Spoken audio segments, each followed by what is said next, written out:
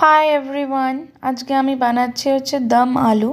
সেটার জন্য আমার চাই বেবি পটেটোস, যেটা আমি জলের মধ্যে একটু নুন দিয়ে সেদ্ধ চাপিয়ে দিয়েছি প্রেশার কুকারে। হার্ডলি 1 সিটি দিয়েছি।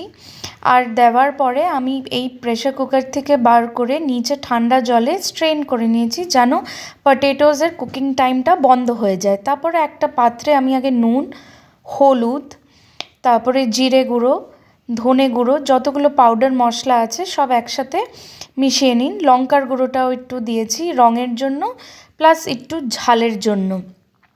তারপরে জলের সাথে আপনারা গুলে নিতে পারেন। আমি জলের সাথেই করেছি, কেন কি আমি ছোটো বয়স থেকে মাকে জলেই দেখেছি। নয়তো চাইলে একটু দইয়ের সাথেও মিশিয়ে দিতে পারেন, তাতে একটু টক ভাবটা হবে। তার জন্য আগে তেলের মধ্যে একটু চিনি দিয়ে দেবেন। আমি চিনিটা সাধারণত একটু অ্যাভয়েডই করি। আর এই যে দেখুন, আমি মাস্টার্ড তেল নিয়েছি। মাস্টার্ড তেলটা একটু ভালো করে গরম করতে দিয়েছি। তারপরে আমি এখানে 5 ফোড়ন দিয়ে দিয়েছি একটু আচারি ফ্লেভার পাওয়ার জন্য।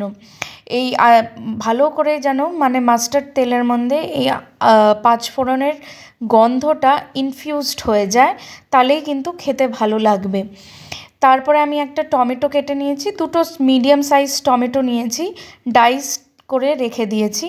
তারপরে তেলের মধ্যে আমি মশলাটা দিয়ে দিয়েছিলাম, গোলা মশলাটা। তারপরে আমি দেখুন এখানে টমেটো দিয়ে দিচ্ছি।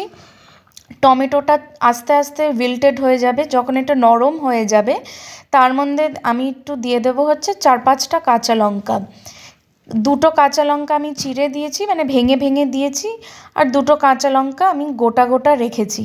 তারপরে এই জিনিসটাকে, এই পুরো মশলাটাকে আমি ঢাকা দিয়ে রেখেছি, যেন তেলটা বেরিয়ে আসে আর টমেটোটা ভালো করে নরম হয়ে যায়। টমেটোটা ভালো করে না নরম হলে কিন্তু টেস্টটা কিন্তু ভালো লাগবে না।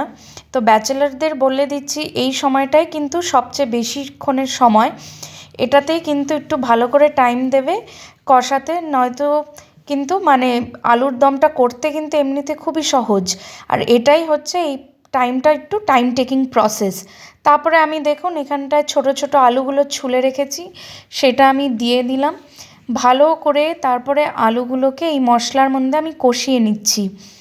কষিয়ে নেওয়ার পরে সেটা হচ্ছে আমার একটাই মশলা দেওয়া বাকি, যেটা হচ্ছে খুবই সিক্রেট মশলা, আর সাধারণত সবার হয়, সেটা হচ্ছে ভাজা গরম মশলা।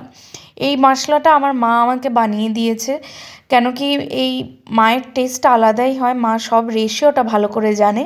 তো মা আমাকে এটা বানিয়ে দিয়েছে। এইটুকু দিয়ে আমি এখানে ধনেপাতা ছড়িয়ে দিয়েছি।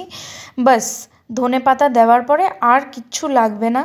তাতে আপনারা পরে যদি একটু লেবুর রস আর একটু যদি কসুরি দিতে চান দিতে চাইবেন, নাহলে কিন্তু এটাই হচ্ছে আলুর দম গরম গরম লুচি